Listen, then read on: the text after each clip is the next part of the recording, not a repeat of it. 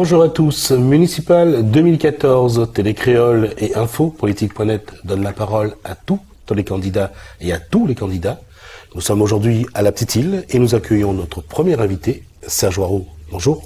Bonjour Monsieur Jismi Ramoudou, bonjour aux téléspectatrices et téléspectateurs de Télécréole et plus particulièrement à ceux de Petite Île. Première question, vous êtes candidat sous quelle étiquette? Je suis un candidat sans étiquette puisque pour nous, une élection municipale est une élection locale. Il ne s'agit pas d'avoir une gestion de droite ou de gauche, il s'agit d'avoir des décisions justes pour sa population, pour les Petites-Îloises et les Petits-Îlois. Alors, on va quand même procéder comme on l'avait dit. Donc, première question, la présentation, qui êtes-vous? Je suis donc Serge Waro, je suis dans la vie publique ici à Petite-Île depuis 19 ans, élu de l'opposition depuis 2008 et je suis également fonctionnaire territorial, cadre à la mairie de Saint-Leu, où j'officie en tant que responsable du service de la planification. Je souhaite mettre toute mon expérience, aussi bien de la vie publique que mon expérience professionnelle au service de la population de Petite-Île. On peut rappeler quand même que vous avez été dans la majorité de Christophe Payet. Tout à fait. Ça fait partie de mes 19 années passées dans la vie publique, 13 ans auprès de la majorité de Christophe Payet, de 2008 à 2008. Ah non, jusqu'à 2008. Jusqu'à 2008, tout à fait. Jusqu'à voilà, 2008. C'était de 1995 à 2008. Voilà.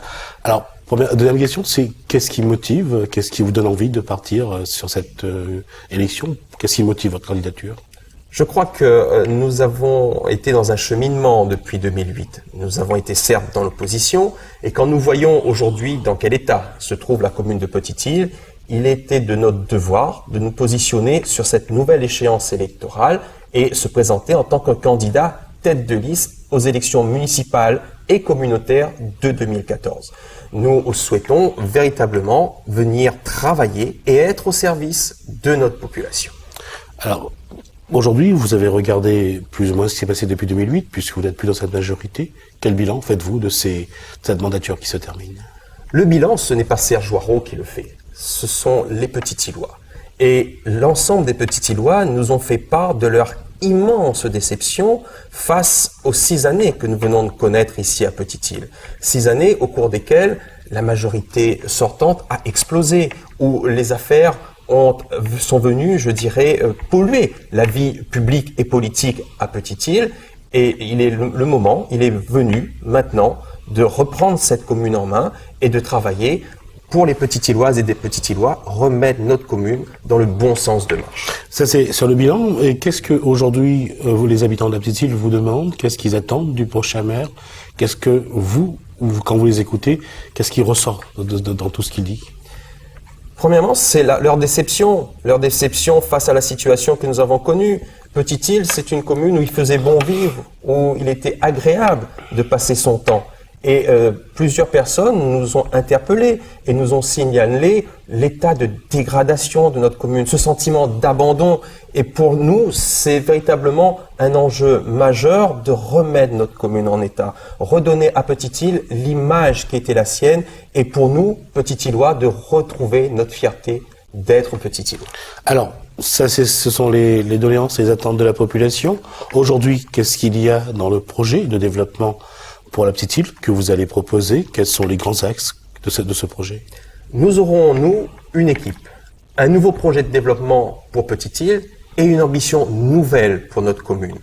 Et nous voulons bâtir notre programme que nous avons bâti avec et en concertation avec notre population, un programme qui se veut réaliste, réalisable et surtout un programme qui répond, je dirais, aux attentes de la population. Nous avons voulu faire les choses de manière très simple parce que nous sommes aussi conscients que financièrement, la situation, elle est tendue pour l'ensemble des collectivités locales. Et nous prenons aujourd'hui l'engagement de ne pas augmenter les impôts à Petite-Île. C'est un engagement et c'est une volonté. Donc pour nous, il faudra être vraiment juste dans les décisions que nous allons prendre et juste également dans les projets que nous portons.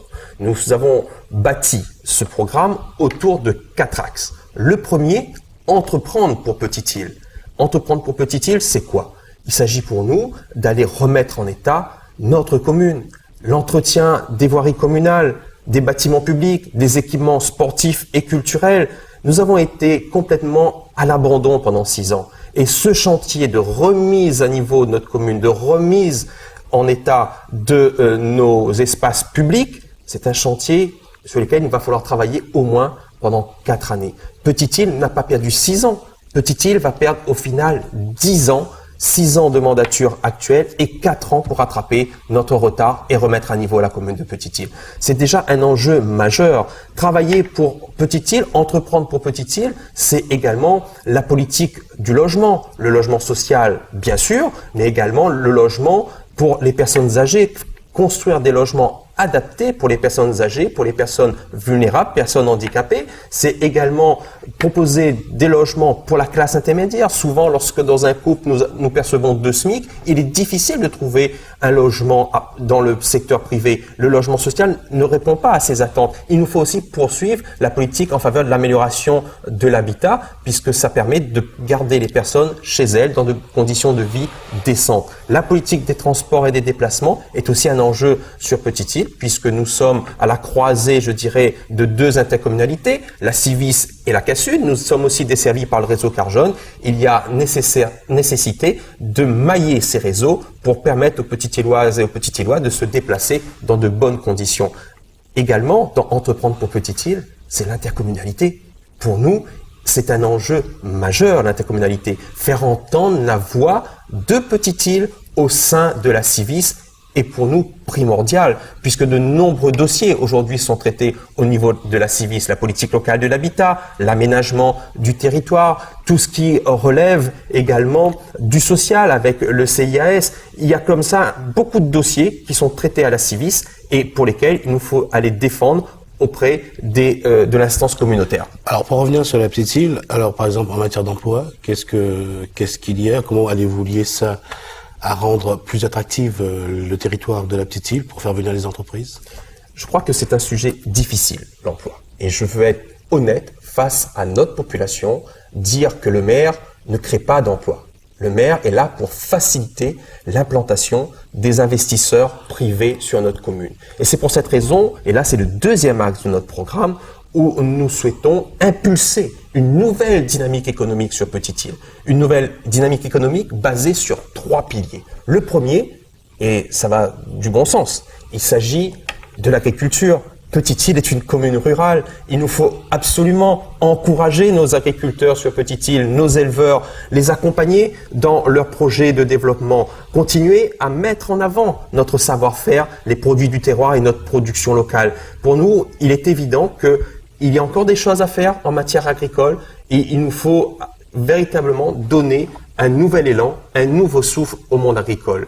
2e pilier sur lequel nous souhaitons porter notre développement économique, le tourisme. Petite-Île est la commune porte d'entrée du Sud sauvage. Quand le touriste il a quitté la côte ouest, qu'il a traversé le sud, il arrive chez nous. Et là, c'est un nouveau paysage qu'il découvre. Paysage d'ailleurs façonné par nos agriculteurs, puisque nous sommes commune rurale.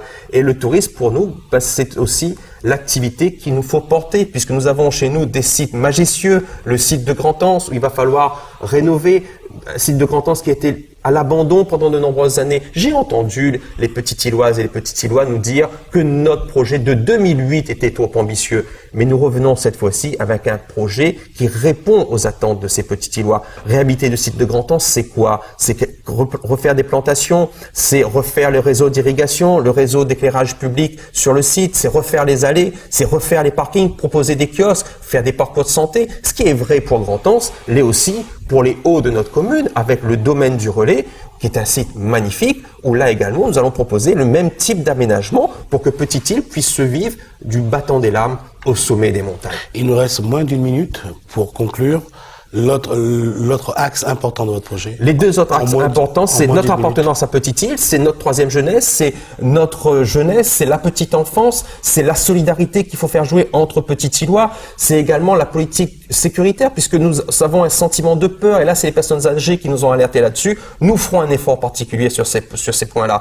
4e axe, c'est Vive Petite-Île. Et Vive Petite-Île, c'est le tissu associatif qui est important pour la cohésion sociale, pour l'animation de notre commune. C'est aussi être au service de sa population, des élus de proximité, communiquer avec sa population, informer sa population. Et enfin, c'est l'éducation. L'éducation, c'est la réforme du temps scolaire qui arrive bientôt, mais également porter de nouveaux projets et relancer la création d'un lycée sur notre territoire en partenariat avec le conseil régional, un lycée à vocation générale, mais également un lycée à vocation touristique, tourné vers les métiers de l'hôtellerie, tourné vers les métiers de la restauration et les métiers de bouche. Un programme ambitieux pour notre commune, réaliste et réalisable pour les petites Illoises et les petits Illois. Serge Hoareau, merci d'avoir répondu à nos questions. Je rappelle donc que vous êtes candidat sans étiquette pour ces municipales 2014 sur la Petite Île.